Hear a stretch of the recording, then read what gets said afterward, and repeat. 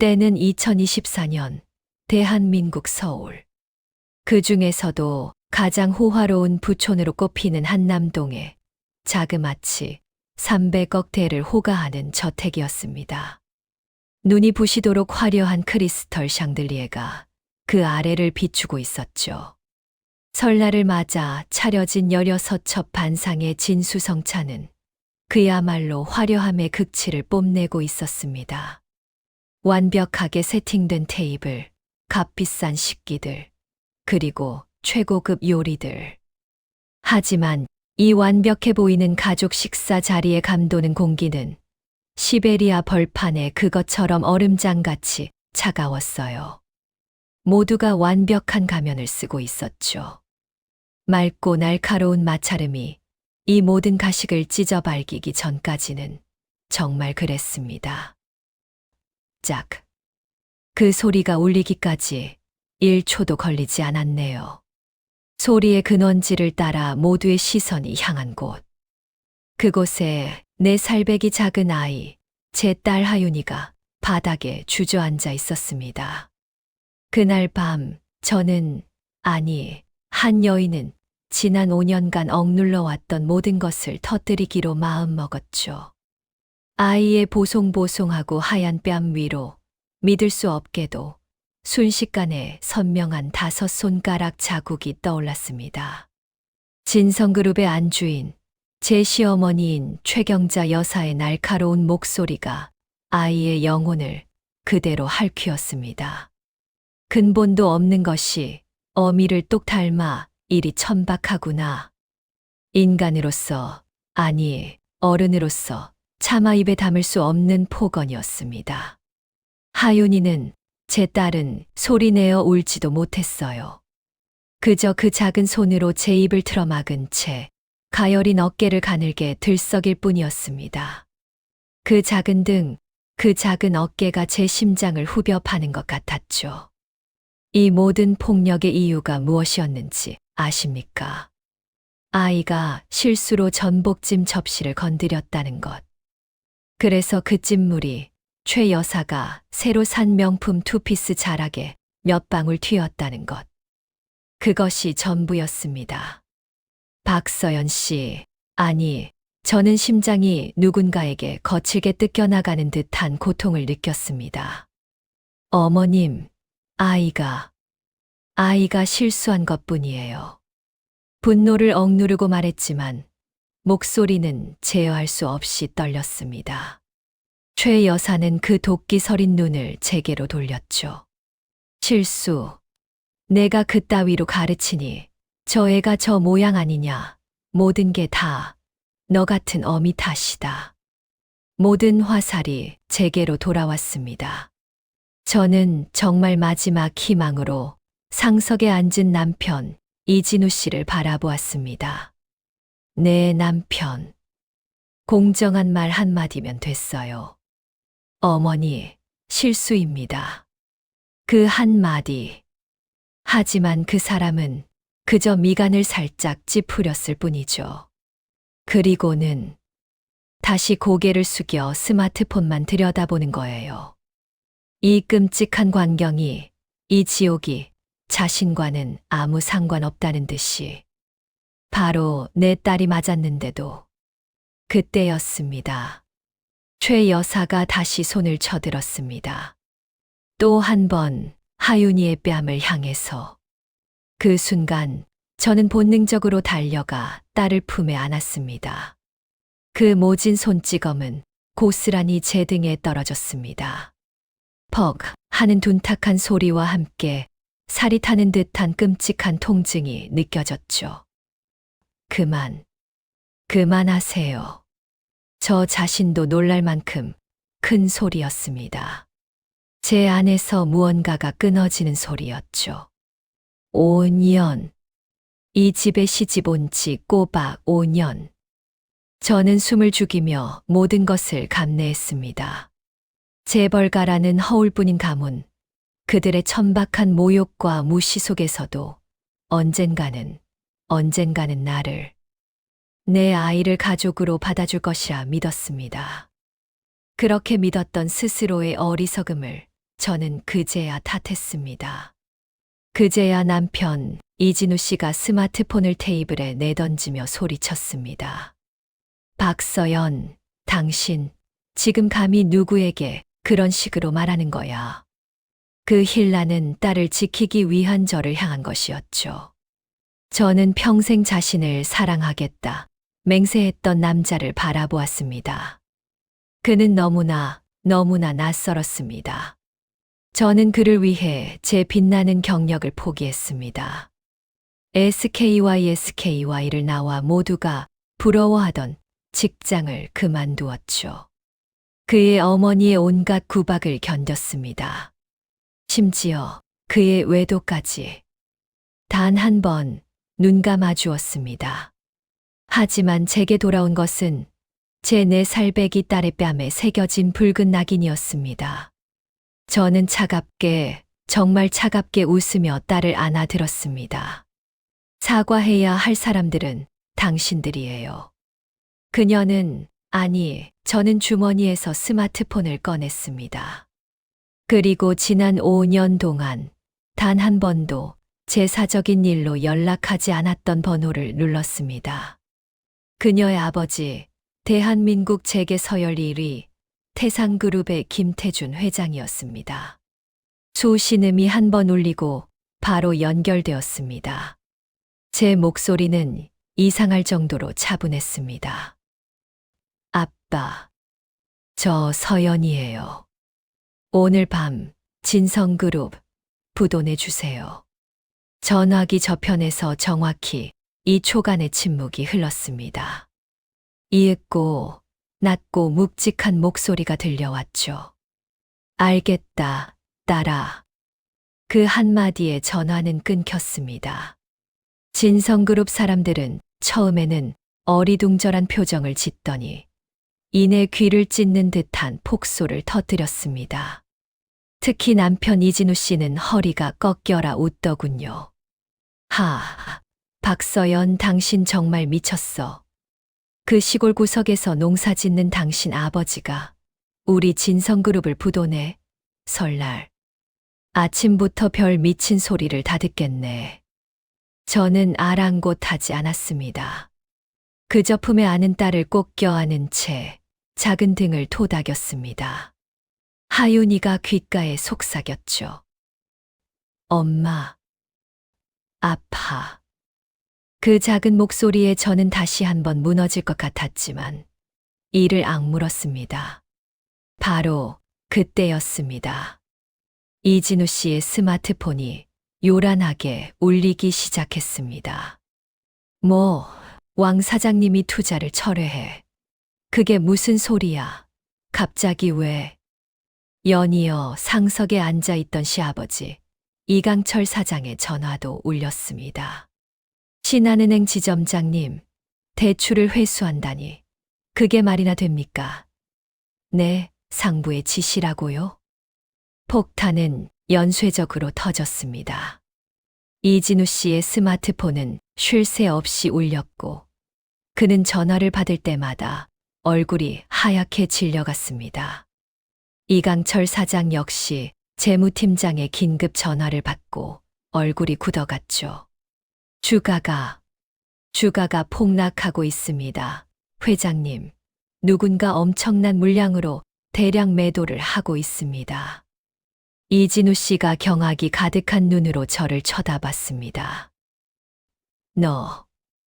너였어. 내가. 저는 대답 없이 딸을 안고 현관으로 향했습니다. 등 뒤에서 최 여사의 히스테릭한 비명이 들려왔죠. 저 재수 없는 년을 당장 잡으라고. 집안의 경호원들이 제 앞을 막아섰지만 감히 저를 붙잡지는 못했습니다. 저는 그들의 눈을 똑바로 쳐다보며 물었습니다. 이제 누가 당신들 월급 주는 사람인지 똑똑히 생각하는 게 좋을 거예요. 제 차가운 눈빛에 그들은 마치 모세 앞에 홍해처럼 길을 비켜주었습니다. 차가운 밤비가 내리고 있었습니다. 저택 현관을 나서자마자 검은색 롤스로이스 한 대가 소리 없이 다가와 제 앞에 멈춰 섰습니다. 백발이 성성한 노신사, 아버지의 비서이신 임 실장님이 내려 정중하게 우산을 씌워 주었습니다. 아가씨, 회장님께서 모시러 오라고 하셨습니다. 저는 등불이 환한 이 씨 저택을 돌아보았습니다. 한때 제 남은 인생을 보낼 곳이라 믿었던 그곳은 이제 끔찍한 악몽의 현장이 되었습니다. 우리 집으로 가주세요. 롤스로이스는 소리 없이 저택 단지를 빠져나갔습니다. 하윤이는 엄마 품에서야 겨우 긴장이 풀렸는지 잠이 들었습니다. 여린 얼굴에는 아직 눈물 자국이 선명하게 남아 있었죠. 스마트폰이 계속 진동했습니다. 이진우 씨였습니다. 받지 않았습니다. 저는 차창 밖으로 스쳐 지나가는 어둠을 보며 다짐했습니다. 당신들이 나와 내 딸에게 준 고통 10배, 아니 100배로 갚아주겠다고. 하지만 악몽은 그렇게 쉽게 끝나지 않았습니다. 빗물이 저택의 대리석 계단을 적실 때 저는 잠든 하윤이를 안고 다시 그 지옥의 문 앞에 서야 했습니다. 딸의 천식 흡입기. 너무 급하게 나오는 바람에 아이의 생명줄과도 같은 그 약을 챙기지 못했던 것입니다. 초인종을 눌렀지만 문 저편에서는 최 여사의 저주만이 들려왔습니다. 이 재앙을 몰고 온 년이 무슨 낯짝으로 다시 기어와 당장 꺼지지 못해. 하윤이 천식 흡입기만 가지러 왔어요. 약 끊으면 안 되는 거 어머님도 아시잖아요. 이가 딱딱 부딪힐 만큼 추웠지만 평정을 유지하려 애썼습니다. 제발. 문 안에서는 이진우 씨의 목소리가 희미하게 들렸어요. 그냥 줘서 보내. 하지만 최 여사는 포효했죠. 지금 우리 진성이 누구 때문에 이 꼴이 됐는데. 은행에서 당장 대출금 상환을 독촉하고 거래처 3군데가 동시에 계약을 파기했단 말이다. 그들은 현관 CCTV로 빗속에 서 있는 우리 모녀를 분명히 보고 있으면서도 일부러 문을 열어주지 않았습니다. 진우 씨, 하윤이 약 2층 서랍에 있어요. 제발요. 한때 사랑했던 사람의 이름을 불렀지만 대답은 없었습니다. 하윤이의 얼굴은 붉게 달아오르기 시작했고 쌕쌕거리는 호흡이 가빠졌습니다. 안 돼. 그때 주머니 속 스마트폰이 진동했습니다. 아버지였습니다. 딸아, 어디 있느냐? 진성그룹, 집 앞이에요. 하윤이 약을 가지러 왔는데 문을 안 열어줘요. 결국 제 목소리에 울음이 섞여 나오고 말았죠. 전화기 저편에서 아버지가 낮게 읊조렸습니다. 기다려라. 3분도 채 되지 않아 검은색 벤츠 2대가 도로를 질주해 와 저택 문 앞에 급정거했습니다. 아버지의 수행 경호원 진 팀장과 박 실장이었습니다. 진 팀장이 단숨에 계단을 뛰어 올라와 망설임 없이 자신의 재킷을 벗어 저와 하윤이의 어깨에 덮어주었습니다. 바로 그때 저택 문이 열렸습니다. 이진우 씨가 하윤이의 흡입기를 손에 든 채 서 있었습니다. 그의 얼굴은 종이처럼 새하얗게 질려 있었습니다. 서연아, 이분들은? 그의 시선이 두 경호원과 저 사이를 불안하게 오갔습니다. 진 팀장이 그를 마치 벌레를 보듯 차갑게 훑어보았습니다. 박서연 아가씨, 이 자를 처리할까요? 아가씨. 그 한마디에 이진우 씨는 눈을 크게 떴습니다. 서연아, 이게 대체 어떻게 된 거야? 최 여사도 뒤따라 나와 의심 가득한 얼굴로 저희를 훑어보았습니다. 저는 대답 대신 이진우 씨의 손에서 약을 낚아채 하윤이의 입에 2번 분무했습니다. 아이의 거친 호흡이 이내 안정되었습니다. 그동안 신세 많았습니다. 저는 최 여사의 눈을 똑바로 쳐다보며 말했습니다. 이 5년 평생 잊지 못할 겁니다. 최 여사의 얼굴색이 급격하게 변했습니다. 그녀는 마침내 문 앞에 세워진 2대의 벤츠와 그 번호판에 새겨진 특별한 숫자를 알아차린 것이었습니다. 이 도시에서 최상위 계층, 그 중에서도 극소수에게만 허락된 번호였죠. 제가 돌아서려 하자 이진우 씨가 다급하게 제 손목을 붙잡았습니다. 서연아, 잠깐만. 이건 오해야. 우리 이야기 좀 해. 진 팀장의 움직임은 번개처럼 빨랐습니다. 다음 순간 이진우 씨는 이미 팔이 꺾인 채 저택벽에 눌려 고통스러운 비명을 지르고 있었습니다. 이거 놔. 당신들 뭐야? 최 여사가 경찰에 신고하겠다며 날카롭게 소리쳤습니다. 하세요. 저는 뒤도 돌아보지 않고 차갑게 말했습니다. 마침 저도 경찰한테 아동학대 건으로 할 얘기가 좀 있었거든요. 빗줄기는 점점 거세졌습니다. 차 문이 닫히는 순간 따뜻한 공기가 우리 모녀를 감쌌습니다. 이진우 씨가 빗속으로 뛰쳐나와 미친 듯이 차창을 두드렸습니다. 서연아, 이러지 마. 내가 내 남편이잖아. 내가 잘못했어. 제발. 저는 차창을 살짝 내렸습니다. 빗물과 눈물로 범벅이 된 그를 보며 물었죠. 5년 전 우리가 처음 만났던 날 기억해요? 그날도 이렇게 비가 왔습니다. 그는 우산이 없다며 제게 같이 쓰자고 접근했었죠. 평범한 대학생이었던 저에게 접근하기 위해 그가 얼마나 치밀하게 설계한 만남이었는지 저는 나중에야 알았습니다. 당신은 날 사랑한 적 없어, 이진우 씨. 저는 창문을 올렸습니다. 당신이 사랑한 건 당신 마음대로 조종할 수 있다고 믿었던 가짜 신데렐라뿐이었죠. 차는 강북의 삼엄한 보안 시스템을 통과해 아버지의 개인 거처에 멈춰 섰습니다. 5년 만에 만난 아버지는 딸과 손녀를 한꺼번에 품에 안았습니다. 돌아왔으면 됐다. 아버지의 목소리는 쉬어 있었습니다. 하윤이의 붉게 부어오른 뺨을 본 그의 눈에 서리빨 같은 무서운 살기가 스쳤습니다. 진성그룹. 그들은 그 대가를 치르게 될 거다. 저택 내부는 따뜻했고 주치의가 곧바로 하윤이의 상처와 상태를 살폈습니다. 아이는 약을 바를 때 아파하면서도 끝내 소리 내어 울지 않았습니다. 그 모습이 제 가슴을 더 아프게 했죠. 서재에서 아버지가 물었습니다. 왜 진즉 말하지 않았느냐? 5년이다, 서연아. 저는 5년 전을 떠올렸습니다.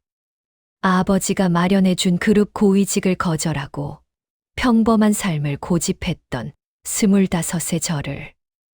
그곳에서 이진우 씨를 만났고 그것이 진정한 사랑이라 믿었으며 아버지의 격렬한 반대를 무릅쓰고 결혼을 강행했죠. 모든 것이 거짓이었습니다. 아버지께 실패자로 보이고 싶지 않았어요. 아버지는 제 손을 잡았습니다. 그 크고 따뜻한 손이었습니다. 넌 단 한 번도 실패자가 아니었다. 그저 너무 착했을 뿐이지. 아버지가 서재의 대형 프로젝터를 켰습니다. 화면에는 진성그룹의 내부 재무제표가 나타났습니다. 부채 비율 85% 이상, 극심한 현금 흐름 악화, 그리고 지난 3년간의 분식 회계 정황. 내가 사라진 그날부터 이진우라는 자를 뒷조사했다. 하지만 그는 평범한 부잣집 아들로만 보였기에 용의 선상에서 제외했었지. 저희 위장이 너무나 철저해서 아버지까지 속였던 것입니다. 아버지가 제게 물었습니다. 진성그룹이 어떤 대가를 치르길 원하느냐. 지난 5년간의 모욕, 남편의 배신, 그리고 제 딸이 겪은 끔찍한 폭력이 파노라마처럼 스쳐 지나갔습니다. 전부요. 제 목소리는 단호했습니다. 진성그룹이 가진 모든 것을 남김없이 빼앗고 싶어요. 아버지는 조용히 고개를 끄덕이고 임 실장에게 전화를 걸었습니다. 임 실장, 천둥 계획을 개시하게 72시간 내로 진성그룹의 모든 거래를 정지시켜. 그날 밤 저는 5년 만에 처음으로 딸을 끌어안고 편안한 잠에 빠져들었습니다. 다음 날 아침 6시 30분, 저는 집사의 정중한 노크 소리에 잠을 깼습니다. 드레스룸에는 5년간 입을 일 없었던 명품 정장들이 완벽하게 준비되어 있었습니다. 옷을 갈아입고 거울 앞에 섰을 때 거울 속 여자는 낯설었습니다. 날카로운 빛이 서린 눈. 과거 이씨 집안에서 요구했던 순종적이고 유순한 현모양처의 모습은 어디에도 없었죠. 태상그룹 빌딩 최상층 VIP 회의실. 아버지를 비롯한 10여 명의 핵심 임원들이 제가 들어서는 순간 모두 일어섰습니다. 부사장님, 5년 만에 돌아온 권력의 중심이었습니다. 아버지가 상석의 오른쪽 의자를 직접 빼주었습니다. 그 자리는 5년간 공석이었던 제 자리였죠. 회의가 시작되자 거대한 화면에 진성그룹의 실시간 주가 하락 그래프가 떴습니다. 이미 37%가 하락한 상태였습니다. 재무이사의 긴급 보고가 이어졌고 공매도 포지션 구축 상황이 논의되었습니다. 모두가 제 눈치를 보고 있었죠. 저는 문득 입을 열었습니다. 이 전략은 너무 온건하네요. 회의실에 정적이 흘렀습니다. 진성그룹의 주채권 은행인 동화상업은행을 동시에 압박하는 양동작전이 필요합니다. 저는 태블릿을 조작해 그들이 본사 건물을 담보로 부풀려진 가치로 대출받은 비밀 계약서를 화면에 띄웠습니다. 이 계약서의 독소 조항을 이용하면 동화은행은 즉시 대출금 회수에 나설 수밖에 없을 겁니다. 5년간의 주부 생활은 제 감각을 무디게 만들지 않았습니다. 오히려 그들의 속을 낱낱이 겪었기에 그들의 가장 약한 고리를 더욱 정확하게 꿰뚫고 있었죠. 아버지는 만족스러운 미소를 지었습니다. 그날 오후 태상그룹 본사에서 긴급 기자회견이 열렸습니다. 5년 만에 공식 석상의 모습을 드러낸 태상그룹의 외동딸이자 신임 부사장 박서연. 수백 개의 플래시가 광적으로 터졌습니다. 저는 준비된 답변을 담담하게 읽어 내려갔습니다. 평범한 삶을 살아보고 싶었다는 이야기. 그리고 제게는 4살 된 사랑스러운 딸이 있음을 당당히 밝혔습니다.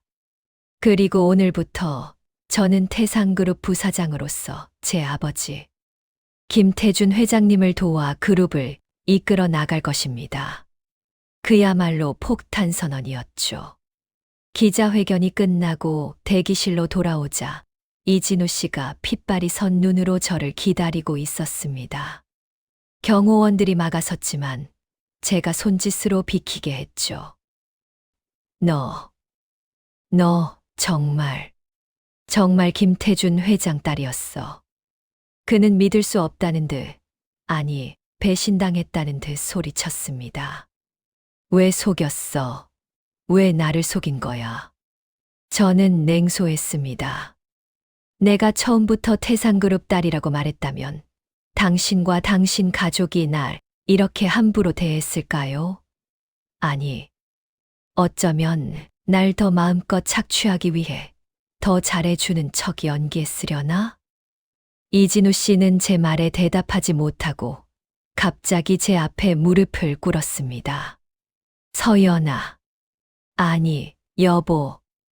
내가 잘못했어. 하윤이를 봐서라도 제발 한 번만 기회를 줘. 응, 어머님은 내가 다 막을게. 바람 피우다 걸렸을 때처럼 똑같이 빌었습니다. 그 모습이 역겨웠죠. 72시간 주겠어요. 그 안에 깨끗하게 정리된 이혼 서류 가지고 오세요. 저는 그를 내려다보며 차갑게 말했습니다. 그렇지 않으면 당신의 진성그룹은 파산 청산의 기회조차 얻지 못하게 될 테니까. 내가 감히 날 파산시켜. 이진우 씨의 눈에 흉포한 빛이 감돌았지만 그는 곧바로 경호원들에게 제압당해 끌려 나갔습니다. 사무실로 돌아오자 대학 동기이자 진성그룹의 감사법인에 있던 친구 최수진이 보낸 내부 재무 보고서가 이메일로 도착해 있었습니다. 8천억 원의 이익 부풀리기와 불법 자금 모집 혐의. 이것만으로도 그들을 즉시 감옥에 보낼 수 있는 결정적인 증거였습니다. 진성그룹의 주가는 그날 한가를 기록했고 시가총액은 불과 이틀 만에 60% 이상 증발했습니다. 동화은행은 결국 대출금 전액 회수를 발표했고 국세청은 특별 세무 조사에 착수했죠. 모든 것이 제 계획대로, 아니, 우리 계획대로 진행되었습니다. 하지만 이진우 씨는 그 쥐새끼 같은 인간은 포기하지 않았습니다. 그는 오히려 제가 정신적으로 매우 불안정하여 아이를 양육하기에 부적합하다며 저를 상대로 양육권 소송을 제기했습니다. 사설 탐정을 고용해 증거를 조작하고 언론을 매수해 제가 과거부터 감정, 기복이 심하고 폭력적인 성향을 보였다는 악의적인 기사를 내보냈습니다. 심지어 제가 집에서 고함을 지르고 하윤이가 겁에 질려 우는 소리가 담긴 완벽하게 조작된 녹음 파일까지 법원에 증거로 제출했더군요. 저는 분노했지만 아버지와 변호인단은 지금 섣불리 반격하는 것은 여론 재판으로 비춰 오히려 불리하다며 저를 만류했습니다. 대신 우리는 국내 최고의 아동심리 전문가인 이 원장을 찾아가 하윤이의 심리 검사를 진행했습니다. 결과는 참혹했습니다. 하윤이는 그림 속의 아빠를 무서워서 까맣게 칠했다고 말했습니다. 아빠가 엄마에게 크게 소리 지르고 엄마를 때렸으며 한 번은 자신이 엄마를 막아섰을 때 자신의 뺨도 때렸다는 아이의 증언은 그 어떤 사진이나 녹음 파일보다 강력하고 진실된 증거였습니다. 이진우 씨는 자신이 불리해지자 다음 수순을 준비했습니다. 그가 고용한 사설 탐정은 아버지의 경쟁 상대인 주성그룹의 사람들과 비밀리에 만나고 있었고 제 친구 최수진은 진성그룹의 재무이사 조지영과도 지속적으로 접촉하고 있었습니다. 모든 관계가 복잡하게 얽혀 들어가기 시작했죠. 이진우 씨는 심지어 뻔뻔하게 단독 기자회견을 열었습니다. 눈물을 흘리며 자신이 딸을 폭력적인 엄마로부터 보호하기 위해 나섰다며 저를 완벽한 정신병자로 몰아갔습니다. 저는 제 친구 최수진을 만났습니다. 수진은 울면서 모든 것을 고백했습니다. 진성그룹의 재무이사 조지영에게 과거의 약점을 잡혀 어쩔 수 없이 그들을 도우면서도 저를 돕고 싶은 마음에 비밀 장부를 넘겼던 것이라고. 그리고 그녀는 제게 결정적인 정보를 주었습니다. 서연아, 이진우가 재판 전에 하윤이와 관련해서 사고를 만들 준비를 하고 있어. 조심해야 해. 사고라니. 저는 즉시 하윤이의 경호를 국내 최고 수준으로 강화했습니다. 며칠 뒤 이진우 씨가 갑자기 초췌한 모습으로 제 사무실을 찾아왔습니다.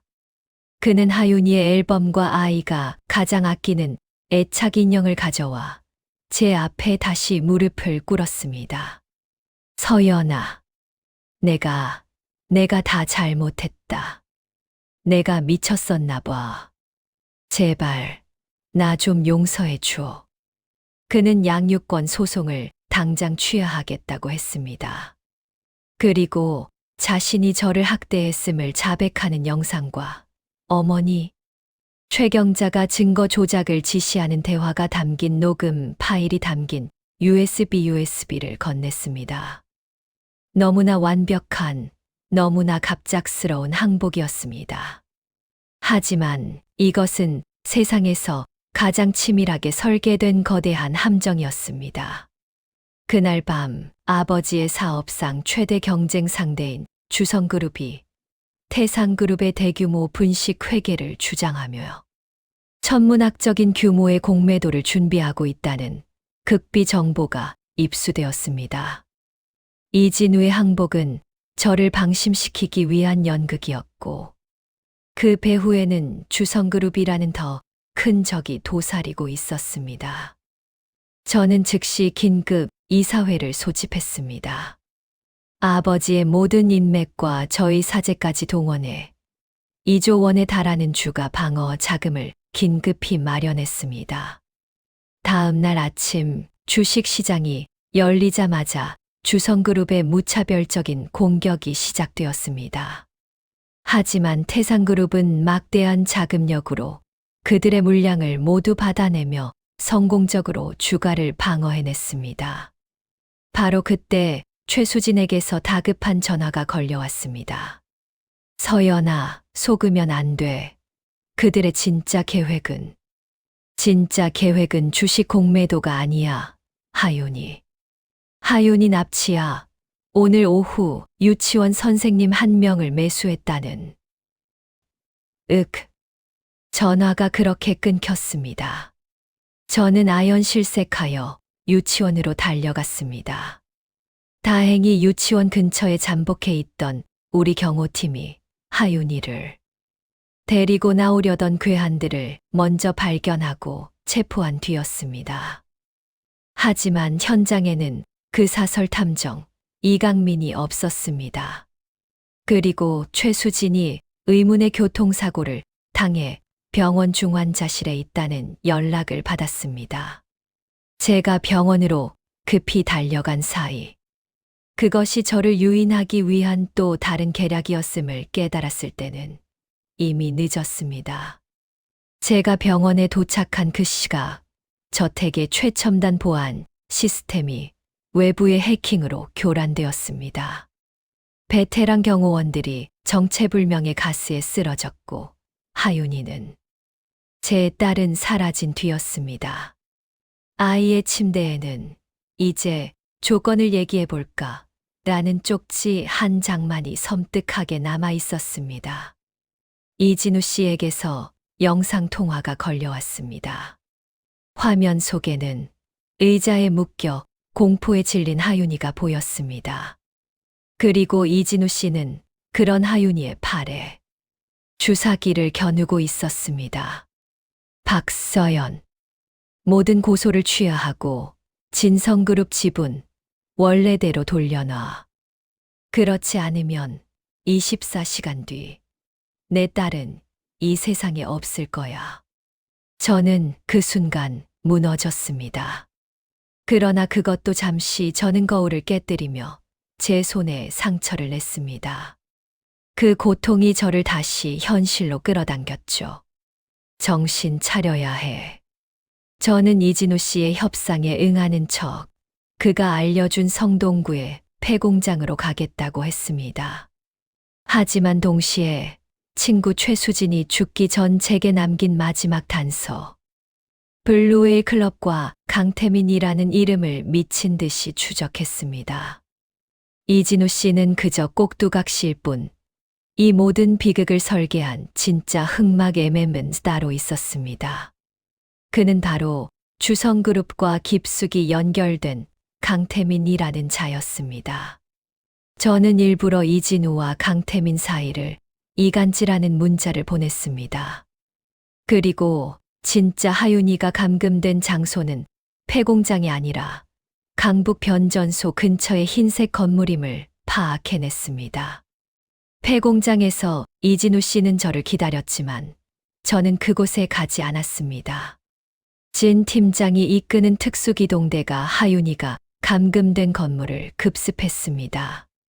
하지만 진짜 흑막 강태민은 한 수 위였습니다. 그는 제 아버지 김태준 회장까지 납치하여 또 다른 폐창고에서 저를 기다리고 있었습니다. 그곳에서 저는 제 인생에서 가장 충격적인 사실을 마주하게 되었습니다. 강태민. 그는 바로 30년 전 김태준 회장이 가문의 이익을 위해 벌였던 첫 번째 아내의 아들, 즉 저의 이복 오빠였습니다.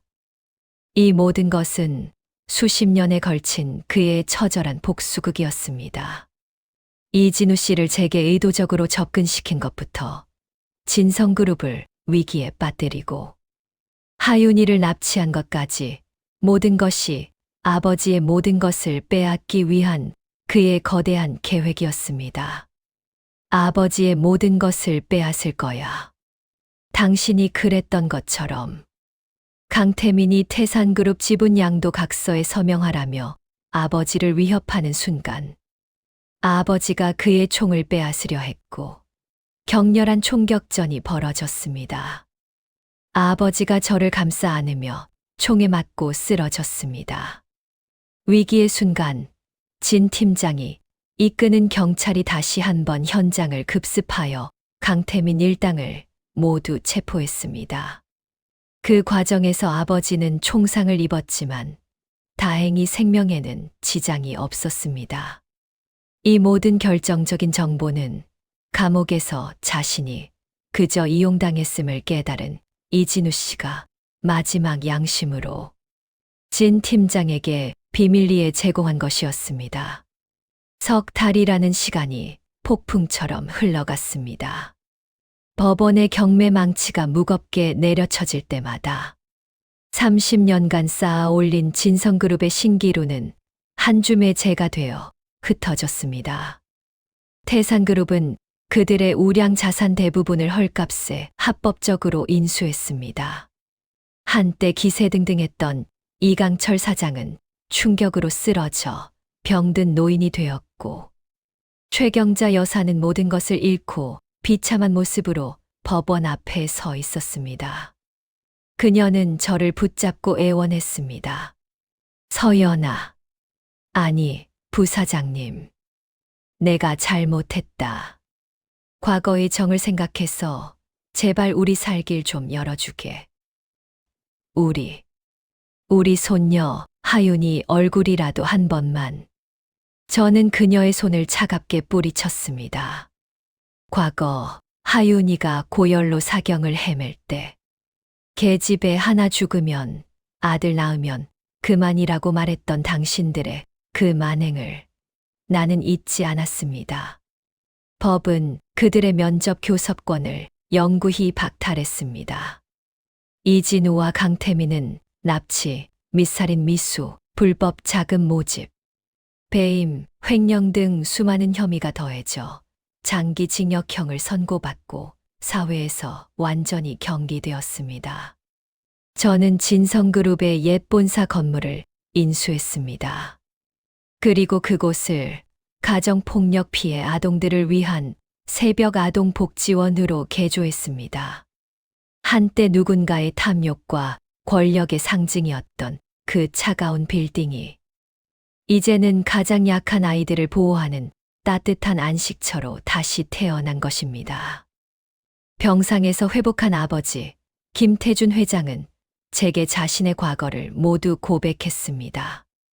가문의 이익을 위해 첫사랑과 자신의 아들 강태민을 버려야 했던 젊은 날의 뼈아픈 과오였습니다. 저는 아버지를 용서했습니다. 그가 자격이 있어서가 아니었어요. 저 자신마저 증오와 복수라는 감옥에 잠식당하고 싶지 않았기 때문입니다. 아버지는 태산그룹의 지분 51%를 제게 양도하며 말했습니다. 내가 너의 능력을 증명했다, 딸아. 이제 안심하고 회사를 맡기겠다. 5년 전 가짜 사랑을 위해 모든 것을 버렸던 저는 이제 진짜 사랑, 내 딸을 지키기 위해 모든 것을 되찾은 진정한 리더가 되었습니다. 비가 갠 어느 저녁, 새벽의 집 현판식에 선 제 모습은 그날따라 유난히 눈부시게 빛났습니다.